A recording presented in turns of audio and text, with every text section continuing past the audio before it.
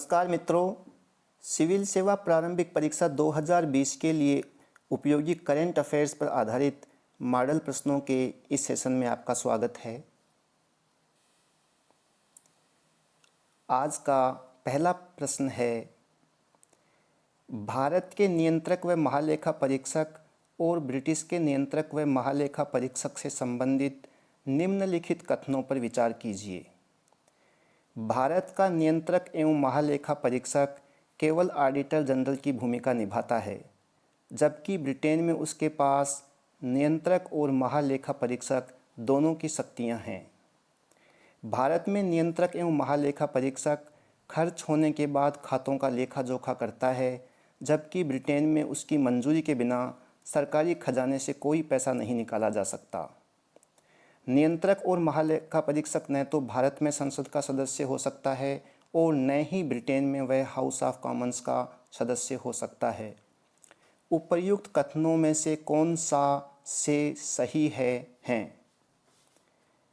केवल 1 और 2, केवल 3, केवल 2 और 3, 1, 2 और 3। इस प्रश्न का सही उत्तर है विकल्प ए।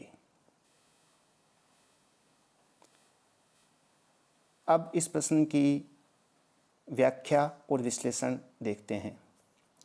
ईस्ट इंडिया कंपनी से सत्ता अपने हाथ में लेने के बाद पहली बार 1858 में ब्रिटिश सरकार द्वारा अकाउंटेंट जनरल के कार्यालय की स्थापना की गई। इसे ही स्वतंत्रता के बाद नियंत्रक और महालेखा परीक्षक CAG का नाम दिया गया। यह कार्यालय ब्रिटिश सरकार की तर्ज पर बना है, फिर भी वह कई मामलों में ब्रिटिश CAG से अलग है। भारतीय CAG केवल एक ऑडिटर जनरल की भूमिका निभाता है, जिसे नियंत्रक की कोई शक्ति प्राप्त नहीं है, लेकिन ब्रिटेन में CAG के पास नियंत्रक और महालेखा परीक्षक दोनों की शक्ति है। भारत में CAG खर्च होने के बाद खातों का लेखा जोखा करता है, जबकि ब्रिटेन में CAG की मंजूरी के बिना सरकारी खजाने से कोई पैसा नहीं निकाला जा सकता। CAG भारतीय संसद का सदस्य नहीं हो सकता, जबकि ब्रिटेन में CAG के लिए हाउस ऑफ कॉमन्स का सदस्य होना जरूरी है। इस प्रकार इस प्रश्न का सही उत्तर है विकल्प ए। प्रश्न 2, निम्नलिखित कथनों पर विचार कीजिए। देश में प्रत्येक वर्ष सितंबर माह को पोषण माह के रूप में मनाया जाता है। पोषण अभियान की शुरुआत वर्ष 2018 में की गई थी। पोषण अभियान का क्रियान्वयन उपभोक्ता मामले, खाद्य और सार्वजनिक वितरण मंत्रालय द्वारा किया जा रहा है। उपर्युक्त में से कौन सा से कथन सही हैं? केवल 1 और 2, केवल 3, केवल 1 और 3, 1, 2 और 3। इस प्रश्न का सही उत्तर है विकल्प ए। अब इस प्रश्न का विश्लेषण और व्याख्या देखते हैं। वर्ष 2018 के बाद से पोषण अभियान के तहत प्रत्येक वर्ष सितंबर माह को पोषण माह के रूप में मनाया जाता है। पोषण माह में महीने भर की गतिविधियों को शामिल किया गया है, जिसमें प्रसव पूर्व देखभाल, इष्टतम स्तनपान, एनीमिया, विकास की निगरानी, लड़कियों की शिक्षा, आहार, विवाह की सही उम्र, स्वच्छता और साफ सफाई तथा स्वस्थ भोजन आदि शामिल हैं।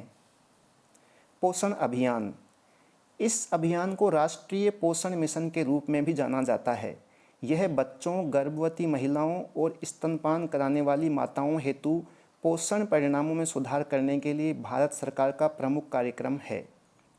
इस अभियान की शुरुआत प्रधानमंत्री द्वारा अंतर्राष्ट्रीय महिला दिवस के अवसर पर 8 मार्च 2018 को राजस्थान के झुंझुनू से लॉन्च की गई थी। इसका क्रियान्वयन महिला और बाल विकास मंत्रालय द्वारा किया जा रहा है। पोषण अभियान का लक्ष्य वर्ष 2022 तक स्टंटिंग, कम वजन और जन्म के वक्त शिशु में कम वजन प्रत्येक में प्रति वर्ष 2% की तथा युवा बच्चों, किशोरों और महिलाओं में एनीमिया प्रत्येक में प्रति वर्ष 3% की कमी लाना है। इस प्रकार इस प्रश्न का सही उत्तर है विकल्प ए। प्रश्न 3, निम्नलिखित में से सी ग्रास से संबंधित कौन सा कथन सही नहीं है? केन्या के तट पर सी ग्रास को लेकर गंभीर खतरा उत्पन्न हो गया है। यह ऑक्सीजन का उत्पादन करती हैं। यह घास सभी महाद्वीपों में पाई जाती है। यह मछलियों के खाने और रहने का ठिकाना है। इस प्रश्न का सही उत्तर है विकल्प सी। इस प्रश्न का विश्लेषण और व्याख्या। हाल ही में सी ग्रास को लेकर संयुक्त राष्ट्र पर्यावरण कार्यक्रम अर्थात UNEP द्वारा एक रिपोर्ट जारी की गई है। इसमें केन्या के तट पर सी ग्रास को लेकर गंभीर खतरे की चेतावनी दी गई है। सी ग्रास को फिशिंग ट्रॉलर्स, सीवीड फार्मिंग और पर्यटन से नुकसान हो रहा है। वास्तव में सी ग्रास अपने नाम के मुताबिक घास नहीं होती, बल्कि यह फ्लावरिंग मरीन प्लांट्स हैं। स्थलीय पौधों की तरह सी ग्रास भी ऑक्सीजन का उत्पादन करती है। सी ग्रास समुद्रों में मीडोज घास यानी घास के मैदान बनाती है। ये मीडोज अवसादों को रोकते हैं और पानी को साफ करते हैं। साथ ही कार्बन सिंक के तौर पर भी काम करते हैं। सी ग्रास व्यावसायिक तौर पर महत्वपूर्ण है और मछलियों के खाने और रहने का ठिकाना है। यह तट के पास बसे समुदायों की आजीविका के लिए भी ज़रूरी है।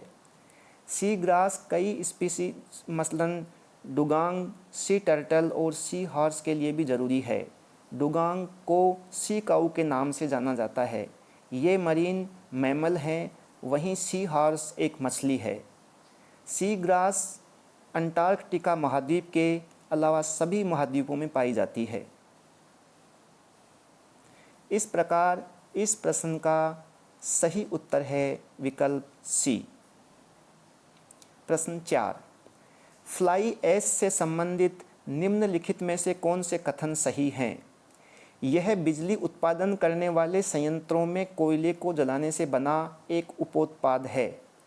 इसके कण जहरीले वायु प्रदूषक होते हैं। इसका उपयोग कंक्रीट और सीमेंट उत्पादों और रोड बेस को बनाने में किया जाता है। इसके सही इस्तेमाल के लिए सिंगरौली परियोजना के पास इंफ्रास्ट्रक्चर डेवलप किया गया है। नीचे दिए गए कूट का प्रयोग कर सही उत्तर चुनिए। केवल 1 और 2, केवल 3 और 4, केवल 1, 2 और 4, 1, 2 और 3। इस प्रश्न का सही उत्तर है विकल्प डी। इस प्रश्न का विश्लेषण और व्याख्या। हाल ही में national thermal power corporation limited अर्थात NTPC ने उत्तर प्रदेश रिहंद परियोजना के पास एक ऐसा इंफ्रास्ट्रक्चर डेवलप किया है जिससे इस परियोजना में निर्मित फ्लाई ऐश का सही जगह इस्तेमाल हो सके। यह NTPC द्वारा बिजली संयंत्रों से फ्लाई ऐश के 100% उपयोग की प्रतिबद्धता के तहत लिया गया निर्णय है। फ्लाई ऐश बिजली उत्पादन करने वाले संयंत्रों में कोयले को जलाने से बना एक उपोत्पाद है। यह दहन कक्ष से निकास गैसों द्वारा बाहर ले जाया जाता है, इसलिए इसे फ्लाई ऐश कहा जाता है। इसे निकास गैसों से इलेक्ट्रोस्टैटिक प्रेसिपिटेटर्स या बैग फिल्टर द्वारा अलग करके एकत्र किया जाता है। फ्लाई ऐश में पर्याप्त मात्रा में silicon dioxide, aluminium oxide, ferric oxide और कैल्शियम ऑक्साइड की उपस्थिति रहती है। इसके कण जहरीले वायु प्रदूषक होते हैं। इनसे हृदय रोग, कैंसर, श्वसन रोगों और स्ट्रोक आदि का खतरा बढ़ जाता है। पानी में मिलकर फ्लाई ऐश भूजल में भारी धातुओं की लीचिंग का कारण बनते हैं। यह मिट्टी को भी प्रदूषित करते हैं, जिससे पेड़ों की जड़ के विकास पर असर पड़ता है। इस कारण इसका उचित डिस्पोजल बहुत ही ज़रूरी होता है। वर्तमान में इसका उपयोग मुख्य रूप से कंक्रीट और सीमेंट उत्पादों और रोड बेस को बनाने में किया जाता है। इस प्रकार इस प्रश्न का सही उत्तर है विकल्प डी। प्रश्न 5, निम्नलिखित कथनों में से कौन सा सही नहीं है? भारत सरकार ने अखिल भारतीय हथकरघा बोर्ड को समाप्त कर दिया है। ऑल इंडिया पावरलूम बोर्ड का विलय अखिल भारतीय हस्तशिल्प बोर्ड में कर दिया है। हैंडलूम कृषि के बाद दूसरा सबसे बड़ा प्रत्यक्ष और अप्रत्यक्ष तौर पर रोजगार मुहैया कराने वाला क्षेत्र है। दुनिया का 95% हाथ से बुना हुआ कपड़ा भारत में बनता है। इस प्रश्न का सही उत्तर है विकल्प बी। इस प्रश्न का विश्लेषण और व्याख्या। हाल ही में सरकार ने एक आदेश जारी कर अखिल भारतीय हथकरघा बोर्ड को 27 जुलाई को समाप्त कर दिया था। इसके विपरीत अतिरिक्त सरकार द्वारा अखिल भारतीय हस्तशिल्प बोर्ड और ऑल इंडिया पावरलूम बोर्ड को भी समाप्त कर दिया गया है। सरकार ने न्यूनतम सरकार और अधिकतम शासन नीति के चलते ऐसे कदम उठाए हैं। अखिल भारतीय हस्तशिल्प बोर्ड का गठन 23 जनवरी 1992 को किया गया था। इसे हैंडलूम सेक्टर के विकास के लिए नीतियां बनाने में सरकार को सलाह देने के उद्देश्य से गठित किया गया था। इसमें union minister of textile chairman, वहीं केंद्र और राज्य सरकारों के आधिकारिक सदस्यों के साथ हैंडलूम उद्योग के गैर आधिकारिक सदस्य भी शामिल होते थे। अखिल भारतीय हस्तशिल्प बोर्ड मिनिस्ट्री ऑफ टेक्सटाइल के तहत एक सलाहकारी निकाय था। वहीं ऑल इंडिया पावरलूम बोर्ड को 1981 में सलाहकारी निकाय के तौर पर गठित किया गया था। सरकार इसे समय समय पर पुनर्गठित करती रही है। भारत की टेक्सटाइल इंडस्ट्री दुनिया की सबसे बड़ी टेक्सटाइल इंडस्ट्री में शामिल है। वर्ष 2017-18 के आंकड़ों के अनुसार परिधान और वस्त्र की भारत के निर्यात में 13% की हिस्सेदारी है। टेक्सटाइल इंडस्ट्री प्रत्यक्ष तौर पर 45 मिलियन लोगों को रोजगार मुहैया कराती है। वहीं इसके सहयोगी क्षेत्रों में 6 करोड़ लोग काम करते हैं, जिसमें बड़ी संख्या में महिलाएं और ग्रामीण जनसंख्या शामिल है। हैंडलूम कृषि के बाद दूसरा सबसे बड़ा प्रत्यक्ष और अप्रत्यक्ष तौर पर रोजगार मुहैया कराने वाला क्षेत्र है। दुनिया का 95% हाथ से बुना हुआ कपड़ा भारत में ही बनता है। इस प्रकार इस प्रश्न का सही उत्तर है विकल्प बी। प्रश्न 6, निम्नलिखित में से कृषि अवसंरचना कोष के संबंध में से कौन सा एक कथन सही नहीं है? यह कोष मीडियम से लेकर लॉन्ग टर्म के लिए ऋण वित्तीय सुविधा उपलब्ध कराता है। इसके माध्यम से सामुदायिक कृषि परिसंपत्ति और फसल कटाई के बाद प्रबंधन अवसंरचना निर्माण में निवेश किया जाएगा। इस कोष के तहत 1 लाख करोड़ रुपए की वित्तीय सुविधा की सेंट्रल सेक्टर स्कीम लॉन्च की गई है।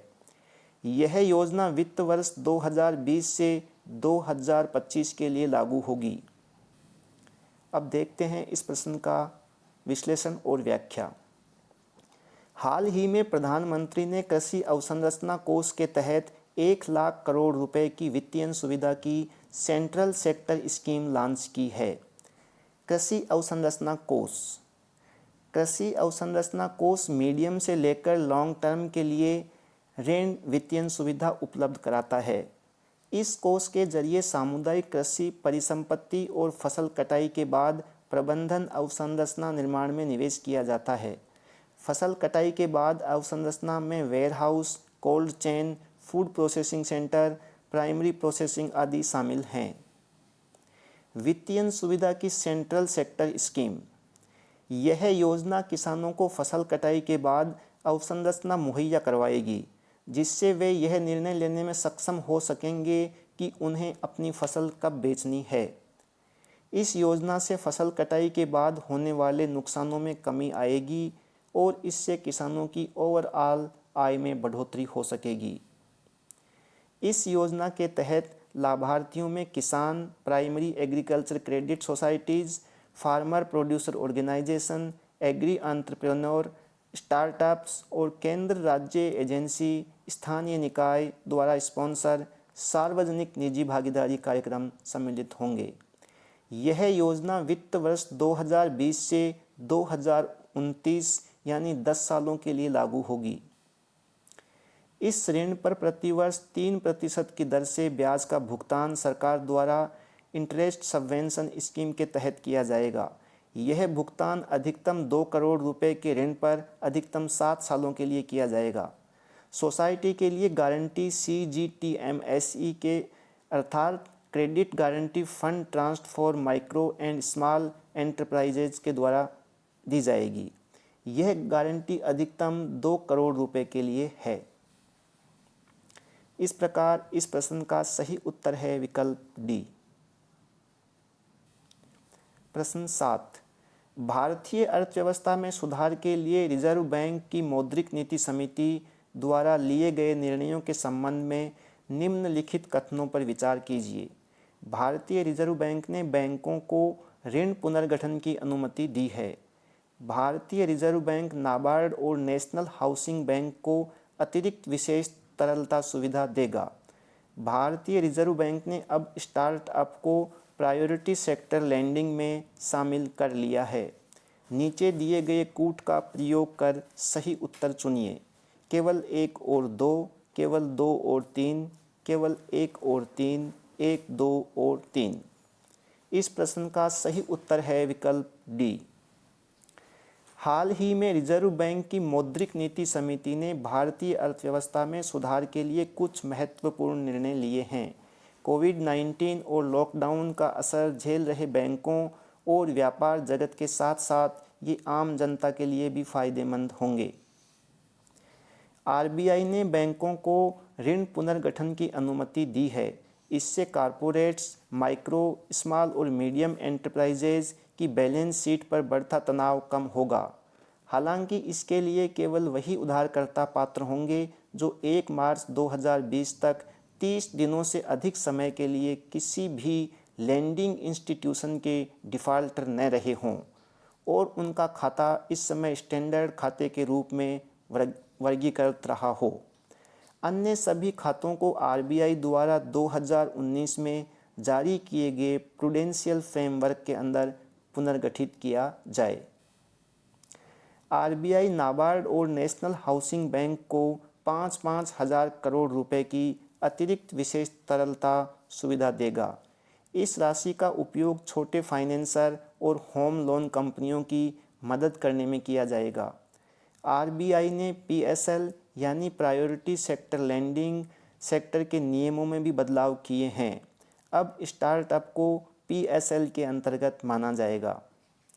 नवीकरणीय ऊर्जा क्षेत्रों, मुख्यतः सौर ऊर्जा और कंप्रेस्ड बायोगैस संयंत्रों के लिए उधार की सीमा बढ़ाई जाएगी। बैंकों द्वारा लघु और सीमांत किसानों और कमज़ोर वर्गों को ऋण देने के अपने टारगेट को बढ़ाने के लिए भी कहा गया है। भारतीय रिजर्व बैंक पीएसएल में क्षेत्रीय विषमताओं को दूर करने के लिए बैंकों के लिए इंसेंटिव सिस्टम लागू करेगा। बैंकों को पीएसएल के तहत अपने धन का एक निश्चित हिस्सा कृषि, सूक्ष्म और लघु मध्यम उद्यम अर्थात एमएसएमई, निर्यात ऋण, शिक्षा, आवास, सामाजिक बुनियादी ढांचे, नवीकरणीय ऊर्जा जैसे उपयोगी क्षेत्रों में ऋण के तौर पर देना जरूरी होता है। वर्तमान में सभी वाणिज्यिक बैंकों और विदेशी बैंकों को पीएसएल में अपने एएनबीसी यानी एडजस्टेड नेट बैंक क्रेडिट का 40% देना जरूरी है। इस प्रकार इस प्रश्न का सही उत्तर है विकल्प डी।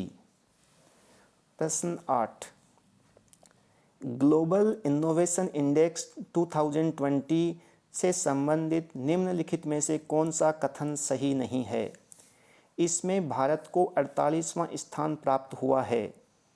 इसमें स्विट्जरलैंड पहले स्थान पर रहा है। चीन ने इस सूचकांक में लगातार दूसरी बार 14वीं रैंक हासिल की है। इस इंडेक्स को भारतीय उद्योग परिसंघ और विश्व बौद्धिक संपदा संगठन द्वारा संयुक्त रूप से तैयार किया गया है। इस प्रश्न का सही उत्तर है विकल्प डी। इस प्रश्न का विश्लेषण और व्याख्या।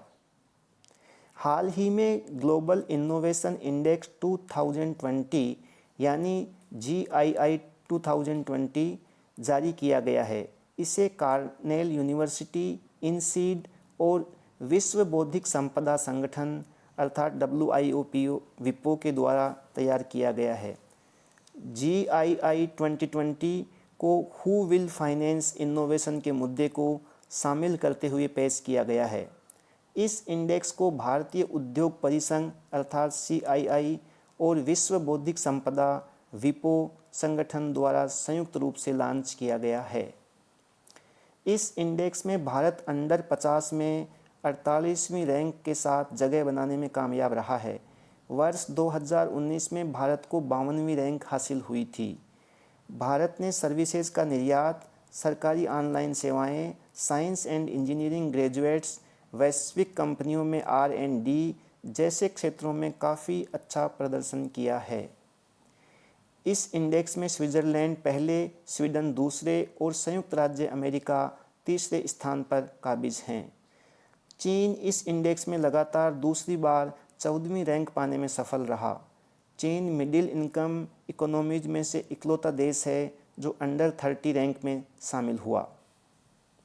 इस प्रकार इस प्रश्न का सही उत्तर है विकल्प डी। प्रश्न 9, भारत में जैविक कृषि से संबंधित निम्नलिखित कथनों पर विचार कीजिए। भारत जैविक कृषकों के मामले में विश्व में प्रथम स्थान पर है। भारत में असम पूरी तरह से जैविक कृषि अपनाने वाला पहला राज्य बन गया है। उत्तर पूर्व भारत पारंपरिक रूप से जैविक कृषि के अनुकूल रहा है। नीचे दिए गए कूट का प्रयोग कर सही उत्तर चुनिए। केवल 1 और 2, केवल 2 और 3, केवल 1 और 3, 1, 2 और 3। इस प्रश्न का सही उत्तर है विकल्प सी। इस प्रश्न का विश्लेषण और व्याख्या इस प्रकार है। वैश्विक महामारी कोविड-19 के कारण पूरे विश्व में बेहतर स्वास्थ्य व सुरक्षित भोजन की मांग में वृद्धि हुई है। विश्व में भारत जैविक कृषकों के मामले में प्रथम तथा जैविक क्षेत्रफल के मामले में 9वें स्थान पर है। भारत में सिक्किम पूरी तरह से जैविक कृषि अपनाने वाला पहला राज्य बन गया है। त्रिपुरा और उत्तराखंड राज्य भी इस लक्ष्य की प्राप्ति की दिशा में प्रयत्नशील हैं। क्या है जैविक कृषि? जैविक कृषि अर्थात ऑर्गेनिक फार्मिंग कृषि की वह विधि है जिसमें संश्लेषित उर्वरकों एवं संश्लेषित कीटनाशकों का अप्रयोग या न्यूनतम प्रयोग किया जाता है। इसमें भूमि की उर्वरा शक्ति को बचाए रखने के लिए फसल चक्र, हरी खाद, कंपोस्ट आदि का प्रयोग किया जाता है। जैविक कृषि में मिट्टी, पानी, रोगाणुओं और अपशिष्ट उत्पादों, वानिकी और कृषि जैसे प्राकृतिक तत्वों का एकीकरण शामिल है। भारत में जैविक कृषि की संभावना। उत्तर पूर्व भारत पारंपरिक रूप से जैविक कृषि के अनुकूल रहा है और यहाँ रसायनों की खपत देश के बाकी हिस्सों की तुलना में बहुत कम है। वर्तमान सरकार द्वारा जनजातीय और द्वीपीय क्षेत्रों में भी कृषि के जैविक तरीकों को आगे बढ़ाने के लिए प्रोत्साहन दिया जा रहा है। भारत वैश्विक जैविक बाजारों में एक प्रमुख खिलाड़ी के रूप में उभर सकता है। भारत से प्रमुख जैविक निर्यातों में सन बीज, तिल, सोयाबीन, चाय, औषधीय पौधे, चावल और दालें रहे हैं। वर्ष 2018-19 में विगत वर्ष की तुलना में 50% की वृद्धि के साथ जैविक निर्यात लगभग 5,151 करोड़ रुपए रहा है। इस प्रकार इस प्रश्न का सही उत्तर है विकल्प सी। प्रश्न 10, प्रधानमंत्री जन धन योजना से संबंधित निम्नलिखित में से कौन सा कथन सही नहीं है? इस योजना के कार्यान्वयन के 5 साल पूरे हो गए हैं। यह योजना वित्तीय समावेशन के लिए राष्ट्रीय मिशन है। इस योजना के तहत खोले जाने वाले खाते शून्य बैलेंस के होते हैं। इसके तहत खाता धारकों को ओवरड्राफ्ट की सुविधा भी मुहैया कराई जाती है। इस प्रश्न का सही उत्तर है विकल्प ए। इस प्रश्न का विश्लेषण और व्याख्या इस प्रकार है। हाल ही में प्रधानमंत्री जन धन योजना अर्थात PMJDY के कार्यान्वयन के 6 साल पूरे हो गए हैं। इस योजना के 19 अगस्त 2020 तक प्राप्त आंकड़ों के अनुसार कुल PMJDY खातों की संख्या 40.35 करोड़ हो गई है। इनमें से 63.6% खाते ग्रामीण क्षेत्रों में जबकि 55.2% खाते महिलाओं के नाम से हैं। PMJDY वित्तीय समावेशन के लिए राष्ट्रीय मिशन है। इसका उद्देश्य बैंकिंग, रेमिटेंस, क्रेडिट, बीमा, पेंशन जैसी वित्तीय सेवाओं तक सबकी पहुंच सुनिश्चित करना है। पीएमजेडीवाई में इन वित्तीय उत्पादों और सेवाओं को प्रौद्योगिकी का उपयोग करके इसे लागत किफ़ायती बनाया जाता है। योजना का लक्ष्य सभी लोगों को बैंकिंग सिस्टम से जोड़ना है। इसके लिए कम से कम कागजी कार्रवाई, रिलैक्स्ड केवाईसी या ई केवाईसी कैंप लगाकर बड़े पैमाने पर खाता खोलने की व्यवस्था की जाती है। ये खाते शून्य बैलेंस के होते हैं, जिनको खोलते समय कोई चार्ज नहीं लगाया जाता। इसके अलावा इन खातों के साथ स्वदेशी डेबिट कार्ड जारी किया जाता है, जिसके उपयोग के आधार पर 2 लाख रुपए का मुफ्त दुर्घटना बीमा कवरेज भी खाता धारक को दिया जाता है। इन खाता धारकों के लिए micro insurance, overdraft, micro pension और माइक्रो क्रेडिट जैसे वित्तीय उत्पाद की सुविधा भी मुहैया कराई जाती है। इस प्रकार इस प्रश्न का सही उत्तर है विकल्प ए।